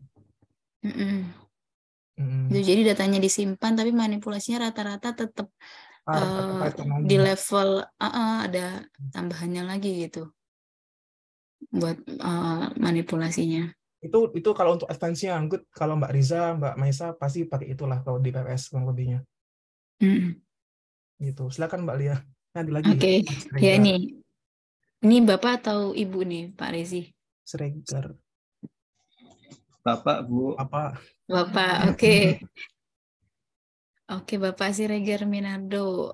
Tabel employee dan gaji tadi kan dihubungkan dengan employee 11. Oh, apakah boleh dibilang ini dengan menggunakan fungsi VLOOKUP pada Excel gitu ya? Oke, ya mungkin saya perlu menceritakan sedikit ya, menjembatani versi Excel dan versi non-Excel-nya gitu. Jadi, kalau VLOOKUP itu kan gini ya, misalnya VLOOKUP cari employee ID yang sekian gitu ya. Kalau VLOOKUP berarti menampilkan berdasarkan gitu ya, employee ID digabungkan. Sebenarnya itu berbeda sih Pak. Kalau di tabel yang VLOOKUP biasanya kan kita misalnya let's say punya 2 tabel ya. 2 tabel, carilah VLOOKUP, key-nya apa, lalu kolom mana gitu ya. Misalnya let's say key-nya employee ID, ada kolomnya namanya employee ID, cari yang employee ID-nya misalnya lebih besar dari 1000 gitu, misalnya kayak gitu, lalu ambil kolom kesekian gitu. Nah, itu kan kayak masih dalam satu tabel gitu ya, Pak. Tapi kalau di konteks ini agak berbeda, ini bisa multi table gitu. Jadi misalnya ini ada table employee, ada table salary. Berarti nanti kita mengambil salary dengan berdasarkan informasi employee ID-nya berapa. Gitu. EMP11, INT11 ini jadi EMP number ini nama dari fieldnya, INT itu tipe datanya, 11 itu ukurannya. Gitu, INT11 ini yang date itu tipe datanya, varchar ini berarti dia bentuknya nanti string, panjangnya kurang lebih 14, itu last name 16. Yang ini gender, data enumerate ya, enumerate bisa male bisa female. Hire date itu tipenya tanggal. Gitu, jadi memang agak beda. Kalau VLOOKUP biasanya nggak joining multiple table gitu, lebih ke arah satu table yang sama gitu. Jadi kalau di VLOOKUP biasanya sih relatif kita jadi gabungin datanya langsung gitu ya. Kalau ini kita bisa pisah, artinya employee, misalnya let's say kalau di VLOOKUP itu employee sama salary ini mungkin salary bagian dari employee satu field sendiri gitu. Dan kadang ya bisa aja kan 2 orang yang sama dengan role yang sama, gajinya sama. Jadi data nilai salary-nya kesimpan 2 kali. Nah, supaya lebih sederhana, mungkin salary-nya bisa dipisah gitu ya, data-data yang berulangnya redundansinya bisa dikurangin kayak gitu sih Pak. Gitu. Jadi fungsinya agak berbeda. Oke. Sama-sama Pak. Ada pertanyaan lagi mungkin? Ada lagi? Apa cukup? Ini kalau Mas nanya nggak saya absen tadi. Ketinggalan saya absen. Nggak, kalau Mas Regar nggak nanya, saya nggak tahu kalau hadir nih, nggak saya absen tadi. Oh. Tanya dia lihat nih tidak hadir itu. Saya nanya lagi. Iya, gitu ya. Mungkin itu berarti strategi juga tuh. Ya, coba dicek lagi absennya. Jangan-jangan belum lengkap ini. Nah, kan kalau belum harus nanya gitu ya Pak Rezi ya. Enggak, saya jamkan itu. Enggak bercanda ya. Bercanda ya Pak Ibu. Oke. Mungkin lanjut dulu aja Mbak Lia. Lanjut dulu ya. Oke, lanjut dulu. Ini saya sharing aja gitu tentang MySQL installation. Jadi MySQL installation ini Bapak Ibu bisa temukan di mysql.com, ada link downloadnya. Tapi kalau dilakukan sekarang itu cukup besar. Jadi MySQL Server dan Workbench itu totalnya bisa ratusan mega gitu ya. Dan untuk misalnya cukup butuh waktu. Jadi saya memberikan gambaran aja, kalau Bapak Ibu tertarik itu Bapak Ibu bisa download di sini untuk MySQL-nya. Untuk coba-coba. Nah, bedanya apa? MySQL Server sama MySQL Workbench gitu ya. MySQL Server itu adalah engine untuk menyimpan data yang kita miliki. MySQL Workbench dia tidak ada. Jadi MySQL Server itu untuk kita loading atau mengakses atau membuat itu kita mesti melakukan komunikasi melalui command line interface. Kalau Bapak Ibu buka misalnya kalau di Windows ya ada CMD gitu ya, atau mungkin Bapak Ibu familiar dengan sistem Unix yang command line, ya kurang lebih caranya kita perlu memasukkan perintah-perintahnya atau bahasanya ke dalam suatu command line interface. Nah, MySQL Workbench itu membantu kita untuk melihat datanya secara visual, tidak seperti command line. Jadi MySQL Workbench itu adalah bentuk upaya suatu tools yang digunakan untuk melihat atau memfetching gitu ya data yang disimpan di MySQL server dengan lebih user friendly gitu ya. Contohnya misalnya kayak yang di sini. Nah, tabel ini dan relasinya bisa dengan mudah di-generate oleh MySQL Workbench gitu. Jadi kita mendefine-nya kan nanti kan dalam bentuk bahasa pemrograman ya, bahasa pemrograman. Ini yang kita masukin kan bukan gambar tapi kan instruksi gitu ya, instruksi. Nah, untuk memvisualisasikan misalnya kayak saya pakai untuk menceritakan kepada Bapak Ibu, ya saya pakai hasil visualisasi yang ada di MySQL Workbench gitu. Cuma ya terbatas bentuknya seperti ini gitu ya, tidak terlalu banyak variasi, lebih ke arah misalnya struktur dari datanya. Terus nanti mungkin yang Bapak Ibu lihat di Excel setiap baris-barisnya seperti apa gitu, dan untuk setiap baris kemudian datanya seperti apa kayak gitu. Nah, itu kita bisa lihat langsung di MySQL Workbench. Jadi biasanya kalau di MySQL Workbench itu query tempat kita masukin perintah dan hasilnya gitu, tabelnya nanti tampilannya seperti apa itu langsung muncul gitu. Jadi baiknya pakai dua-duanya. Nah, MySQL Workbench itu toolsnya terpisah. Karena apa? Karena memang untuk menjalankan MySQL nggak wajib kita punya MySQL Workbench. Ini hanya salah satu tools. Bapak Ibu mungkin bisa pakai PHP MyAdmin, bisa pakai tools-tools yang lainnya juga gitu ya untuk melihat data MySQL yang disimpan di MySQL server secara lebih user friendly gitu. Nah, ada banyak variasi ya untuk menganalisis data menggunakan MySQL. Itu ada yang counting rows, ada aggregation function, ada extreme value identification. Ini mirip dengan yang di Excel semuanya. Ada slicing gitu. Jadi datanya kita nggak mau ngambil 1000-1000-nya, kita mau ngambil dari rentang 50 sampai 80 misalnya kayak gitu.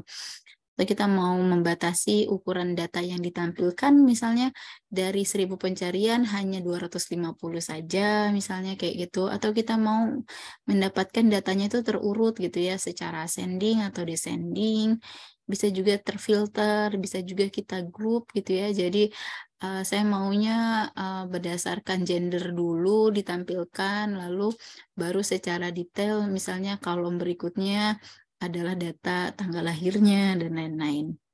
Itu juga bisa group filtering. Gitu. Itu yang terkait sama MySQL. Pak Rizie, saya boleh minta izin break sebentar, mungkin sekitar 5 menit. Napas dulu Mbak Lia, silakan. Ya, napas dulu ya. Oke, Bapak Ibu, kita break sebentar dulu ya. ya. Sekitar 5 menit, nanti kita lanjutkan ke penjelasan berikutnya. Saya udah lihat yang udah gorok-gorok kepala ini. Ini. Ya, ngopi dulu. Nah, silakan. Oke.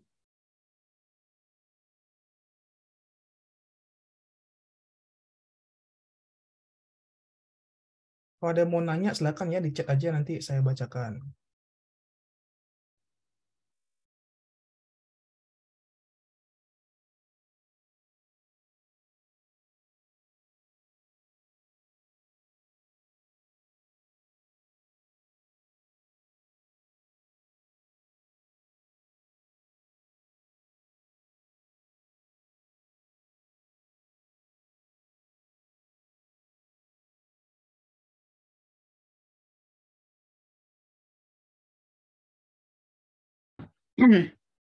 Oke, saya izin untuk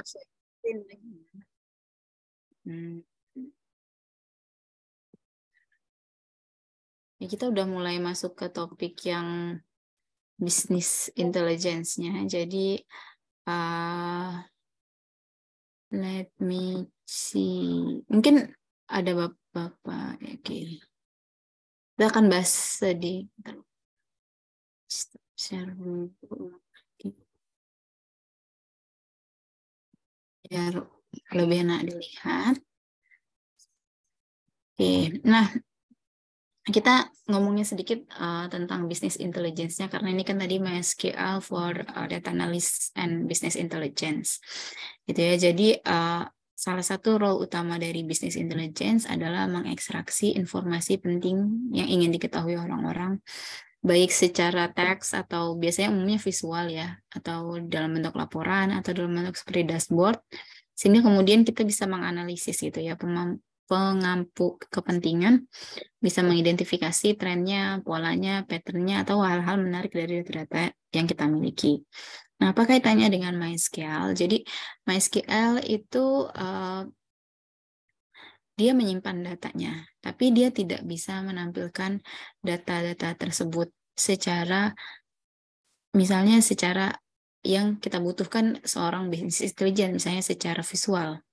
Jadi hanya bisa menampilkan kalau kita pilih data ini pada tahun sekian, pada periode sekian, apa saja data yang muncul gitu, atau nilai paling tingginya berapa gitu. Tapi dia tidak bisa menampilkan secara visual, tren datanya seperti apa gitu. Nah, itu yang perlu di cover gitu oleh business intelligence tools yang lain gitu. Ada Power BI yang mungkin dimiliki oleh Microsoft, lalu ada misalnya Tableau, ada juga BI tools yang lainnya tentu saja gitu. Jadi kenapa tadi kan itu ya, data itu disimpan dalam suatu database yang kita pakai, misalnya MySQL. Nah, data yang disimpan dalam MySQL tersebut diharapkan itu ya, dia lebih efisien gitu. Jadi ada hal-hal yang kita lakukan di level antarmuka. Jadi layernya tuh berbeda. Jadi setiap tools digunakan sesuai dengan peruntukannya masing-masing. Jadi kayak database ya memang untuk menyimpan data. Tapi kalau misalnya kita pengen data itu seperti apa bentuknya supaya lebih menarik dan lain-lain, itu bukan tugas dari database. Gitu. Itu adalah tugas dari business intelligence BI tools gitu.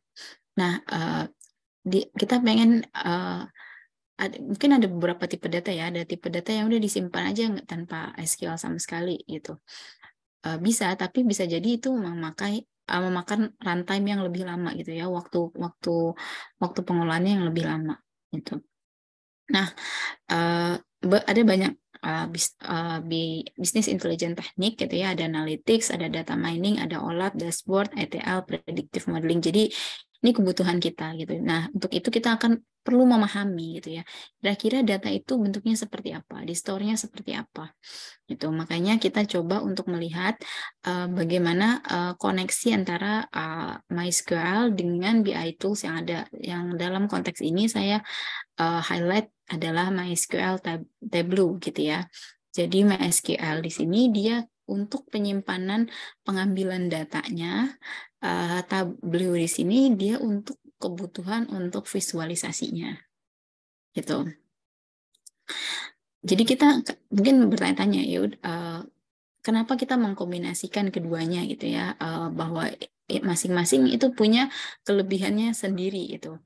Nah, MySQL dia baik karena dia punya store prosedur yang banyak gitu. Jadi kita udah bisa langsung meng-query datanya, istilahnya bisa kita menyebutnya query ya untuk mengakses datanya.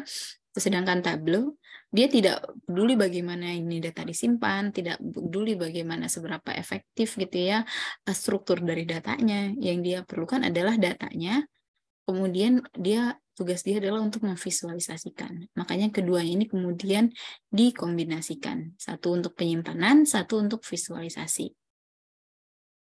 Gitu. Nah, ini ada saya akan coba mulai dari contoh ya. Di sini ada dua case tadi yang kita akan coba lihat. Kita akan lihat bagaimana implementasinya dalam MySQL dan dalam Tableau. Sebelum itu mungkin saya mau sharing sedikit kali ya keterkaitan antara bagaimana MySQL dan Tableau ini berbicara gitu. Ada banyak alternatif untuk mengkoneksikan MySQL dan Tableau. Bahkan even kayak Excel pun bisa kita koneksikan dengan MySQL. Gitu ya. Tapi kita tentu saja memilih mana yang sesuai dengan kebutuhan. terkait dengan MySQL dan Tableau, ini bisa kita pakai konektornya gitu. Jadi kita install konektor yang ada di ini dia konektornya ada di MySQL ya. Jadi kita download dari mysql.com, kita download konektor yang buat ke Tableau. Gitu ya. Konektor ini adalah suatu driver gitu. Jadi dia menghubungkan data-data yang ada di MySQL bisa diakses di Tableau. Bisa juga pakai ODBC. Itu bisa juga pakai data integration platform yang lain. Jadi untuk komunikasi antara keduanya tentu saja ada banyak cara. Itu bisa juga secara sederhana itu kita melakukan ekspor MySQL sebagai suatu data CSV. Itu data CSV, kemudian data CSV ini diimport ya, diimport ke dalam Tableau. Gitu. Nah, untuk case study ini kita akan melihat database employee mode. Mode ini apa? Tadi kan database employee-nya udah dilihat ya strukturnya di sini, di skema ini. Di sini kita mau melihat employee yang mau dimodifikasi gitu. Jadi ada sedikit perbedaan gitu ya dalam konteks kontennya juga mungkin relasinya gitu. Jadi let's say kita lihat di sini beberapa modifikasinya yang berbeda. Ini departemennya sama tadi, salary-nya sama, titles-nya nggak ada ya. Titles-nya nggak ada. Terus di sini pun nggak ada, ya titles-nya nggak ada. Gender, manajernya tadi ada sama, departemennya cara aja, departemen employee, salary. Ya modifikasinya di sana. Sama mungkin di kontennya, jadi di secara barisnya tuh berbeda gitu, disesuaikan sama kebutuhan case tadinya. Itu. Kita lihat case tadi yang pertama. Diminta untuk membuat visualisasi yang menampilkan gitu ya perbedaan antara pekerja wanita dan pria yang bekerja selama setiap tahunnya dari sejak tahun 1990. Jadi kita mau melihat berapa banyak gitu ya jumlah pekerja di setiap tahun mulai tahun 90 dan digrupkan berdasarkan gendernya.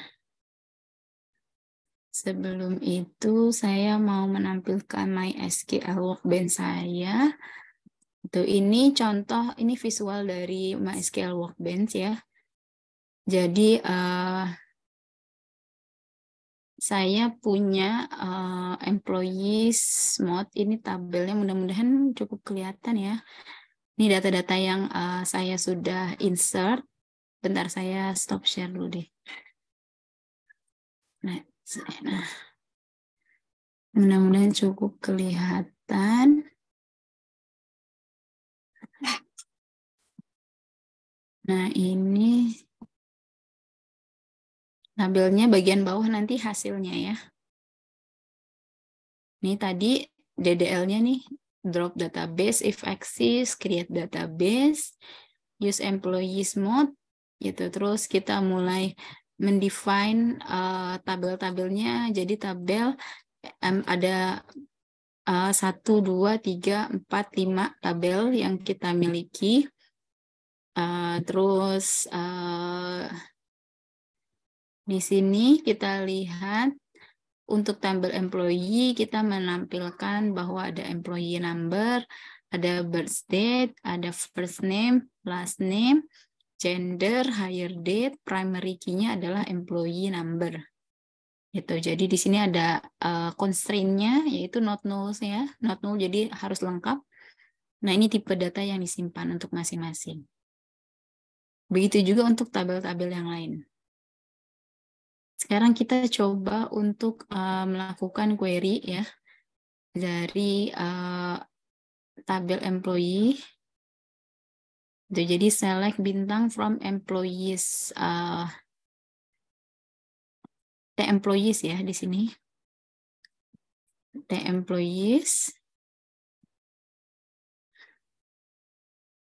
Misalnya kita jalankan, kita mau melihat Bapak Ibu mudah-mudahan kelihatan ya, walaupun ini agak kecil.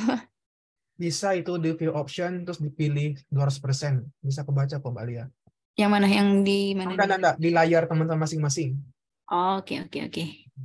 Ya, ini ada employee number-nya, birth date-nya, first name-nya, last name, gender, sama hire date. Gitu tadi kan case-nya adalah kita mau mengambil data employee ini ya. Ini tugas kita. Jadi kita mau mengambil data employee antara ini cewek dan cowok yang bekerja di sejak tahun 1990 gitu ya. Tuh, ini yang kita mau ambil. Artinya ini berarti ini select bintang from the employees. Ini artinya saya mengambil semua data the employees gitu. Limit 1000 saya tampilin 1000 aja. Gitu. Nah, di sini biasanya standarnya kita melakukan select. Terus kolom yang mau diambil di sini. Ini saya tulis gini dulu ya. Terus kita masukkan from. Di sini isinya biasanya nama tabel. Nah, ini kemudian bisa kita extend lagi dengan kriteria-kriteria tertentu. Gitu. Nah, apa yang mau kita ambil di sini adalah data-data employee gitu ya, yang bekerja dari tahun 1990 misalnya kayak gitu. Mohon maaf, izin Pak Rizie, suara azannya masuk nggak ya? Nggak ada kedengaran azan, Bu Lia. Oke, ya kebetulan di waktu Indonesia Depok gitu ya, saya lagi di Depok. Waktu Indonesia bagian Depok ini lagi azan. Oke, berarti saya lanjut aja dulu ya. Oke, berarti di sini kita coba untuk mengambil supaya lebih cepat saya mengambil yang sudah saya simpan gitu ya di sini. Kita akan lihat satu persatu.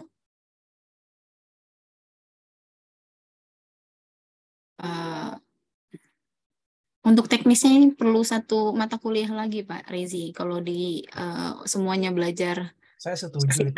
Saya juga bahkan lupa kok apa komen-komennya. Itu jadi apa namanya kita coba lihat. Jadi di sini ini perintahnya ini kita mau mengambil data dari tabel employees dan juga tabel departemen gitu ya, karena tadi kan kita mau melihat data male dan female yang bekerja di company itu dari sini itu. Nah, ini ada tabel departemen juga. Jadi di employee sama tabel departemen itu kita join. Itu lalu kita coba untuk join. Kalau kita join, kita perlu deskripsikan gitu ya, mana field yang saling berelasi satu sama lain.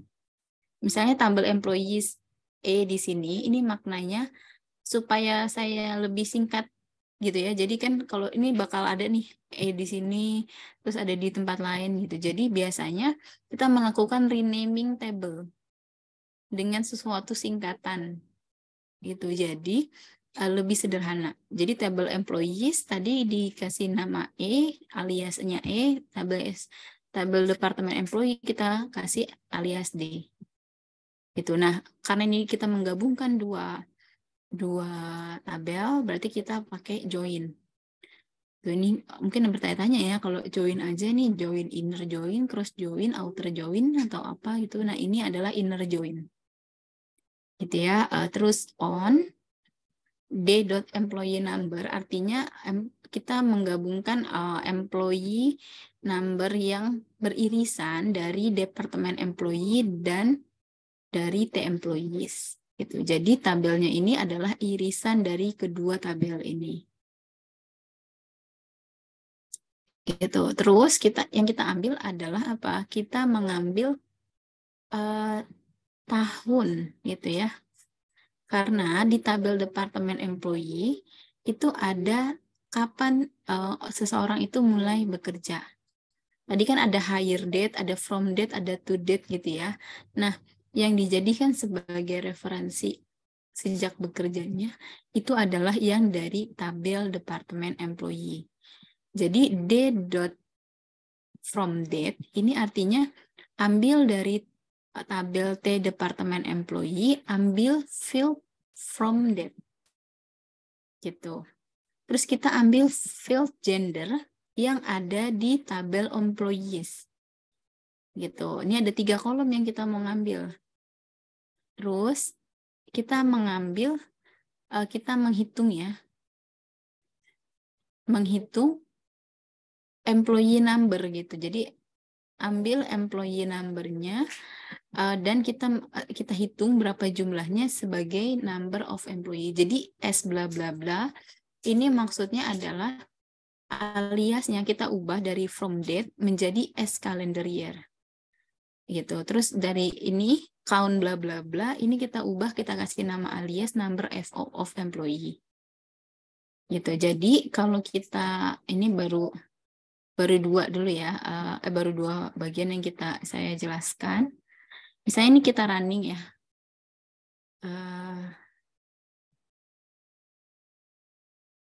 Hasilnya enggak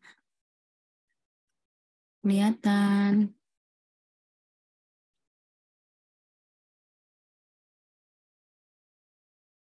Oh, ini ada 2 deh. Sudah. Karena ada 2 select, jadi dia bingung. Nah, ini udah muncul. Gitu, jadi di sini select year from date as calendar year. Jadi namanya tuh jadi calendar year. Kalau enggak, dia bakal menampilkan kalau misalnya enggak saya kasih calendar year seperti ini. Kita coba lihat hasilnya seperti apa.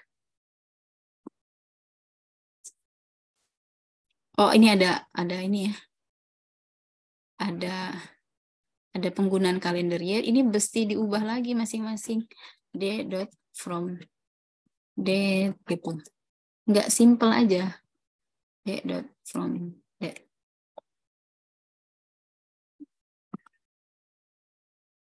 Nah, ini jadi munculnya year D.from date gitu. Jadi nggak enak gitu kita baca judulnya.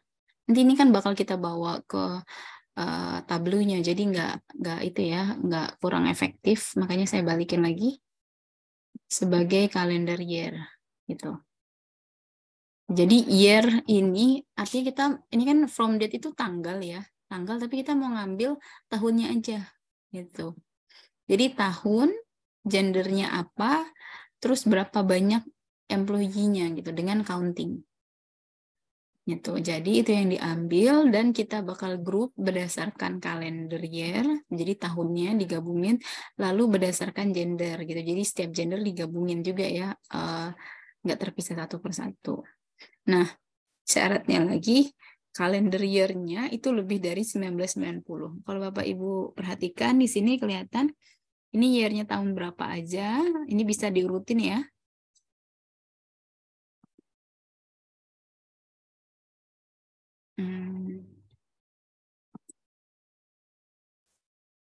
Ini tadi S-nya ya.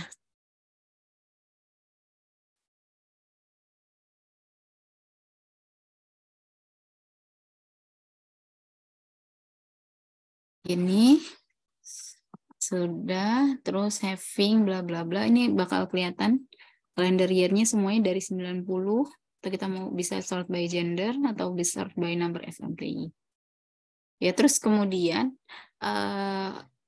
saya untuk mempersingkat aja, saya pakai fitur yang export CSV. Jadi saya coba export hasilnya ke dalam CSV.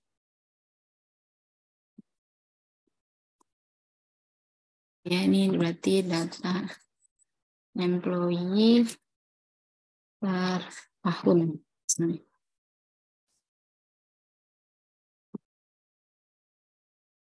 Yang kita miliki, lalu MySQL tabelnya. Saya coba buka tabelnya dulu ya.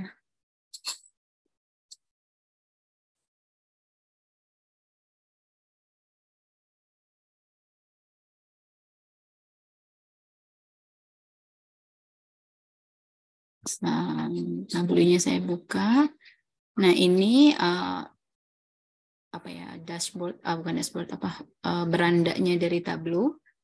Lalu saya coba untuk masukkan data employee-nya. Nah, ini udah kita pindahin gitu. Tapi sebenarnya bisa lebih sederhana lagi kalau misalnya kita punya pakai konektor gitu. Nah, ini kita bisa lihat data di tabelnya.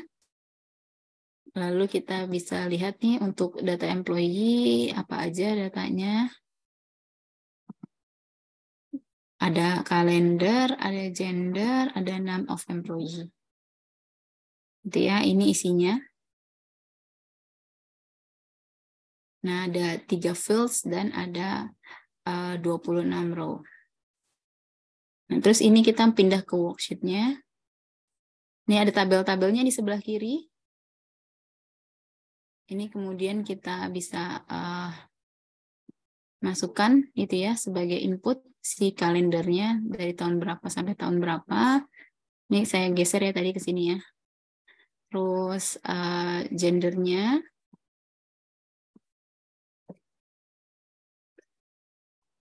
Itu atau gendernya saya cancel di sini. Ini terus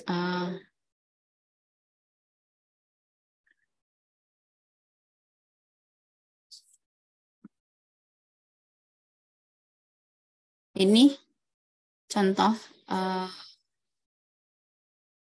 ini bisa ya.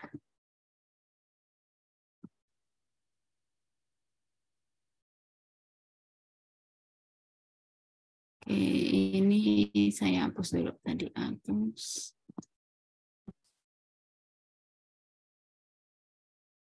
Dulu ya, saya perbaiki dulu. Jadi kalender year-nya, terus number of employee-nya, dan gender-nya.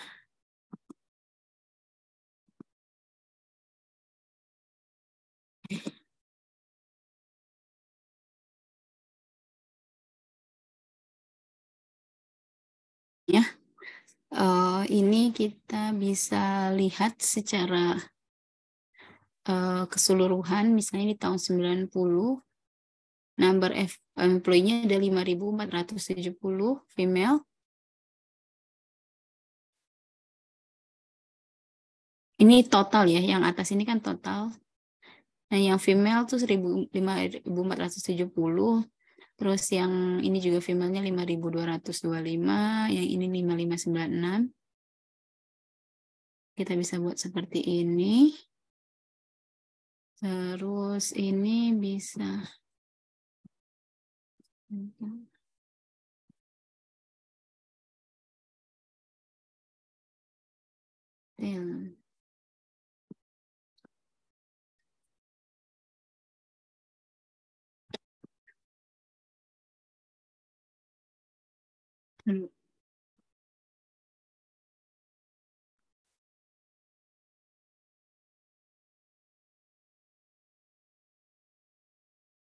gendernya masuk tadi tab. Nah, untuk tabel-tabel sendiri kita bisa pilih ya di tabel itu seperti apa. Ini bisa menyesuaikan dengan kebutuhan Bapak Ibu aja. Jadi sebenarnya kalau misalnya kita lihat dari sini, ini yang bawah ini mailnya ya. Yang dari atas sini sampai sini itu mailnya. Itu sedangkan dari sini sampai atas itu female-nya. Kalau lihat dari sini tahun 2000 itu ada penurunan signifikan, tapi secara umum sebenarnya sepertinya employee-nya lebih banyak yang cowok gitu. Itu yang bisa kita ketahui gitu ya, bisa kita bandingkan dari informasi ini. Jadi employee-nya lebih banyak yang pria. Gitu. Ini contoh visualisasinya saja. Jadi data yang kita query-kan ke MySQL,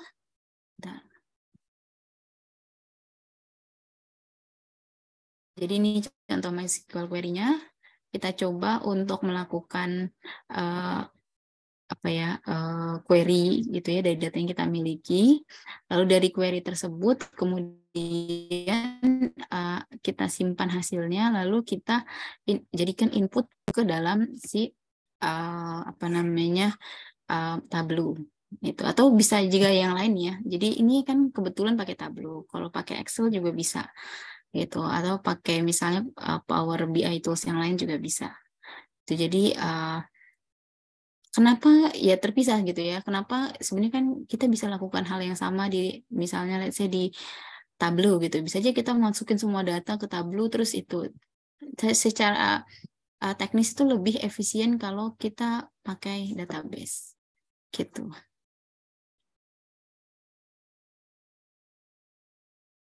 Oke, ini ada pertanyaan ya, Mas.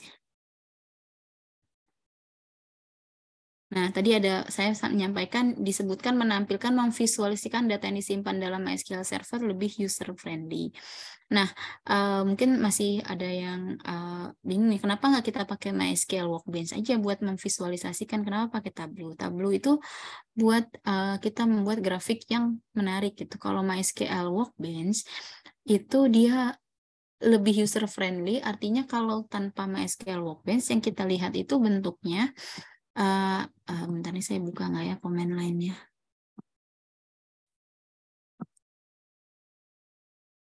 Nah, tanpa MySQL Workbench yang ditampilkan itu dalam bentuk seperti ini.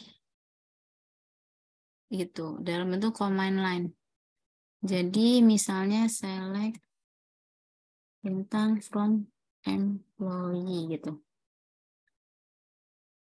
Nah,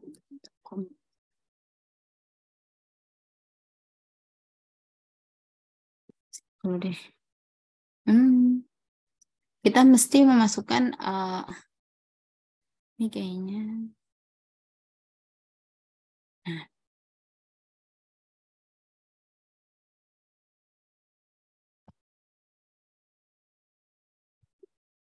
Ini belum select database-nya ya.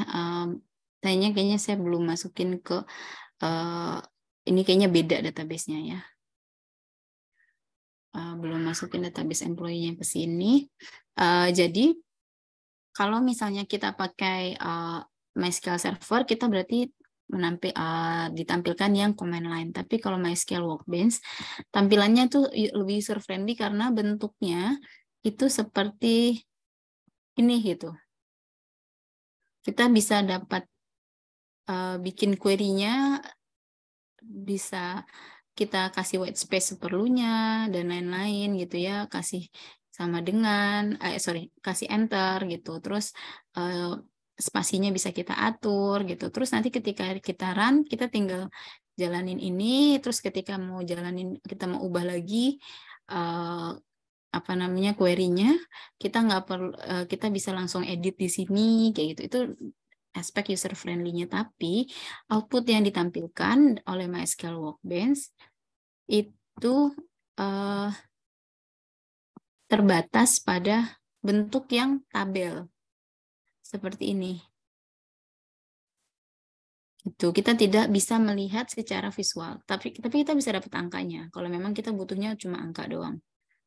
Gitu. Jadi kita bentuknya itu tabel. Sedangkan Tableau itu kita bisa lihat visualnya secara lebih menarik. Dan itu tadi bisa di custom ya, gitu. Sama aja kayak Excel kan visualnya bisa lebih menarik gitu. Cuma datanya mungkin ya ambil data dari pakai data CSV, kita import terus kita sajikan dalam bentuk Excel kayak gitu. Jadi fungsinya beda, Pak. Oke, pertanyaan berikutnya tadi untuk formula join berlaku untuk semua tipe ya, inner, cross, line atau tidak. Join yang tadi ditulis di sini itu kebetulan inner join. Untuk join yang lain itu sintaksnya berbeda. Ya, inner.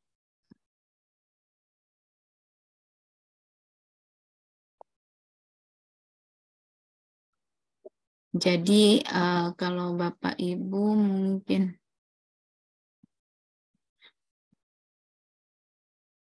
bisa lihat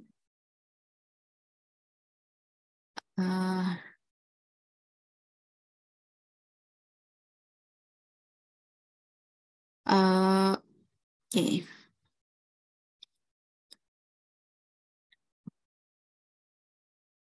Nah, di sini ya. Ini kita bisa pakai inner join, bisa pakai left join, right join, cross join, dan ini bisa kita tulis secara spesifik gitu. Kita mau pakai yang left join gitu. Atau mau pakai yang right join atau yang cross join gitu. Jadi kalau join aja itu asumsinya inner join gitu. Jadi kalau mau yang lain atau mau lebih spesifik lagi pakai yang ya either inner join atau left join atau right join atau cross join kita. Oke, Bapak Ibu ada pertanyaan lain?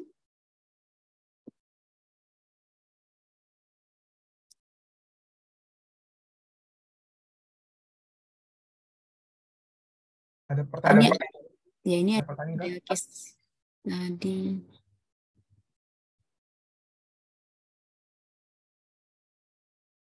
Di sini udah belajar tableau siapa? Tableau belum sempat diajarin ya, soalnya di termin pertama itu. Oh. Tapi udah pada jago gunain R nih, Bu Lia. Oh, udah pakai R ya? Iya sih sebenarnya. Jagoan sekali itu.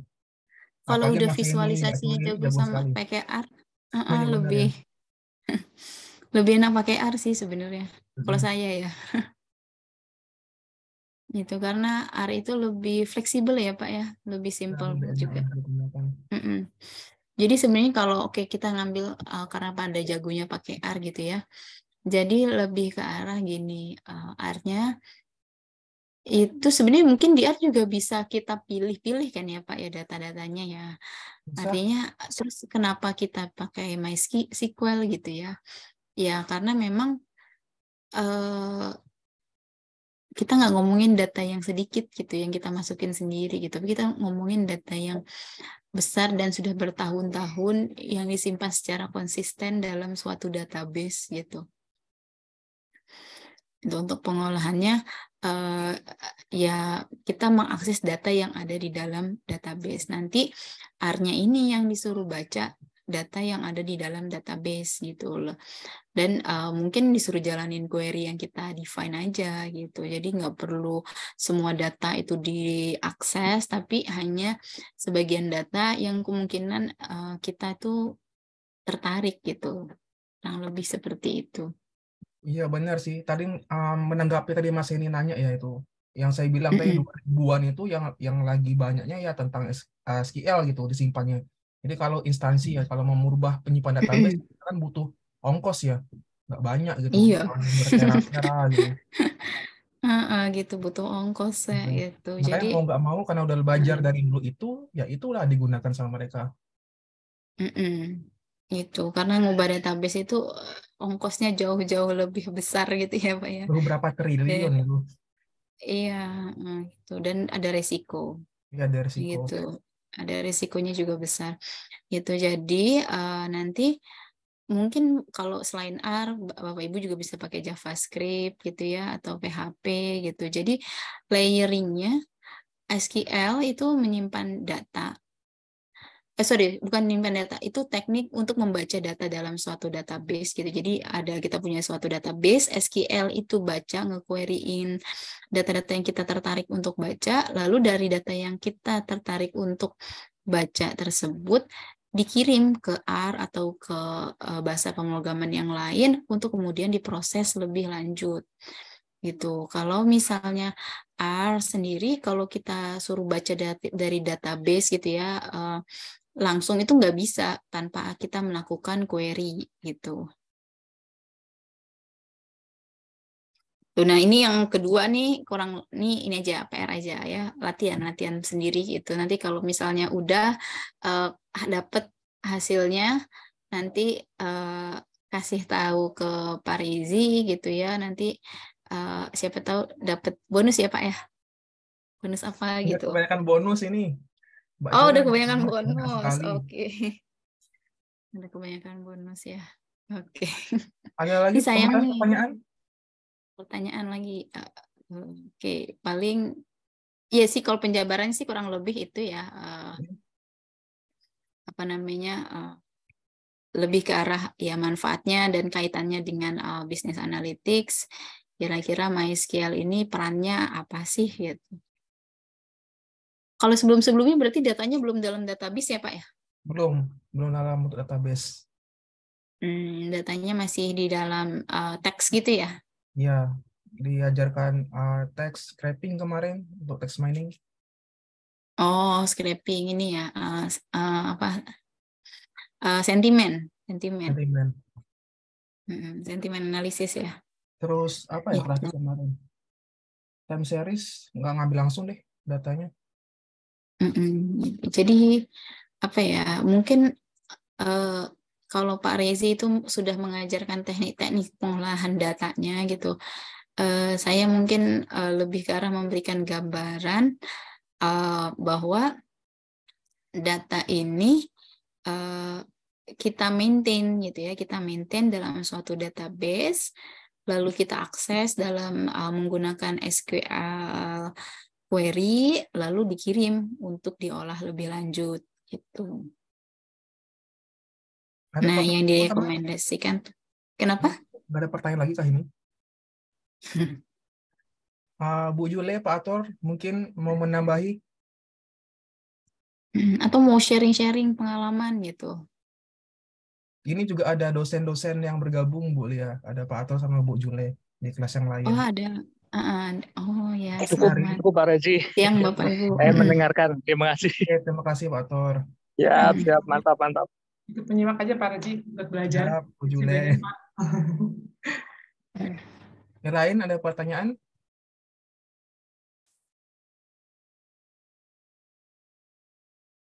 Ini rata-rata semester keberapa Pak MM-nya Pak? Semester berapa ini ya?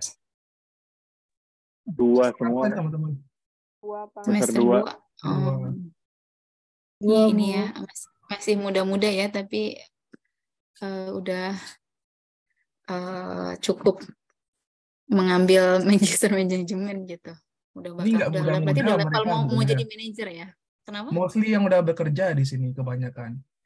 Kebanyakan udah bekerja ya. Berarti mau masuk level manajer kali ya Pak ya? Banyaknya udah ada CEO juga, udah ada manajer juga di sini. Iya. Hebat-hebat Bapak Ibu ini. Sama seperti dosennya lah ya. Ya, Bu Lia masih yang paling muda. Enggak lah, Pak Rizi lah. Gimana teman-teman, ada pertanyaan lagi kah? Pak, izin mau, sebenarnya saya masih bingung ya. Kayaknya waktu di BPS ini saya juga agak familiar, nggak familiar sih sebenarnya, cuman pernah dengar aja gitu mereka orang diseminasi ngomongin tentang SQL kayak gitu.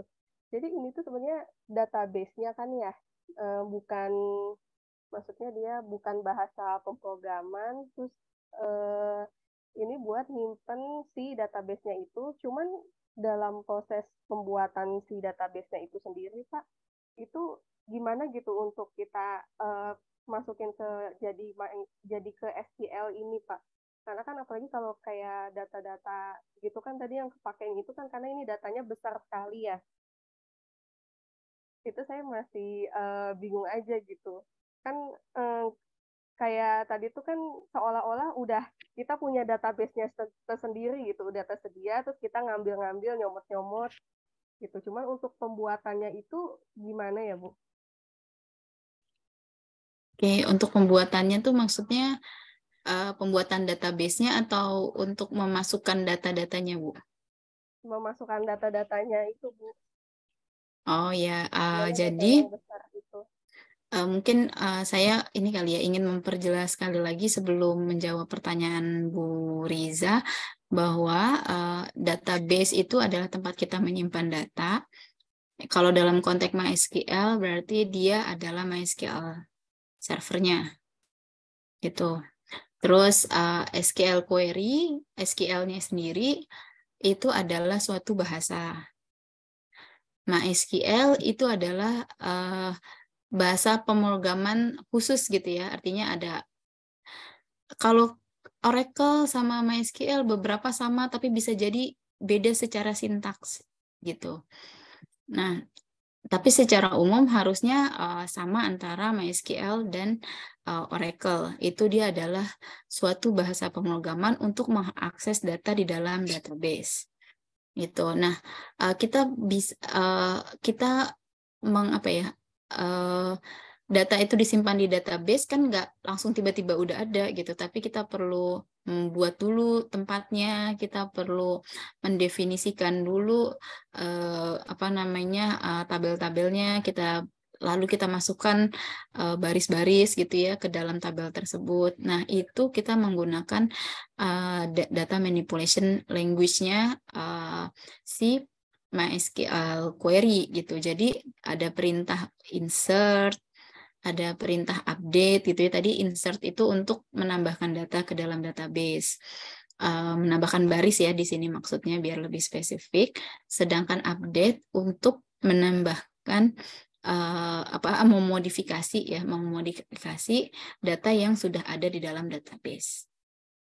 Gitu. Jadi layernya itu dari suatu bahasa pemrograman, misalnya tadi ya R atau yang lain, mengirimkan SQL query, lalu SQL query itu diterima oleh database server, dijalankan, lalu di execute gitu ya, di jalan tuh di execute, lalu ditampilkan hasilnya. Atau ya udah kalau misalnya dia memasukkan kan berarti yang ditampilin hanya oh ya data udah berhasil disimpan gitu Bu. Gimana Mbak Riza, cukup? Kalau untuk dia menyimpan datanya itu banyak gitu ya. Biasanya gunakan untuk Redis gitu atau Apache gitu ya, atau MongoDB. Itu biasa untuk teman-teman data engineer yang untuk ke sana Mbak Riza. Saya jarang juga sih buat database sendiri gitu. Paling yang ngolahin aja. Terus saya bukan tangan pertama, bukan tangan pertama yang dapatkan data itu gitu. Berarti ada ininya ya, maksudnya harus pakai yang lain juga gitu kan? Iya benar. Sepengalaman saya begitu. Teman-teman ada pertanyaan? Kita masih ada waktu sekitar 15 menit lagi.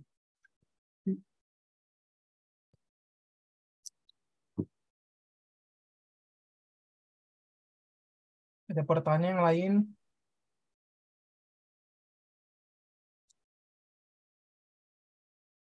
Pak, apakah rekaman kelas ini akan dibagikan?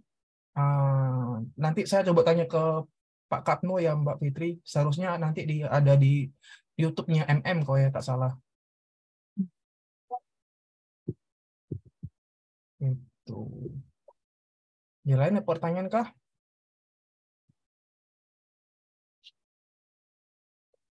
Tidak ada? Yakin? Nggak nyesel? Jangan sampai saya kasih tebak-tebakan lagi nih kalau nggak nanya nih. Ya lah ya. Kalau nggak ada mungkin saya cukupkan Bu Lia untuk sesi hari ini. Ini ada sedikit kenang-kenangan dari FEB UI. Sertifikat. Oh, sertifikat. Kenang-kenangannya bukan tebak-tebakan, Bu. Jadi semoga. Iya, tadi saya menunggu tebak-tebakan ya. Jadi mungkin semoga bisa diterima dengan baik ya sertifikat ini gitu.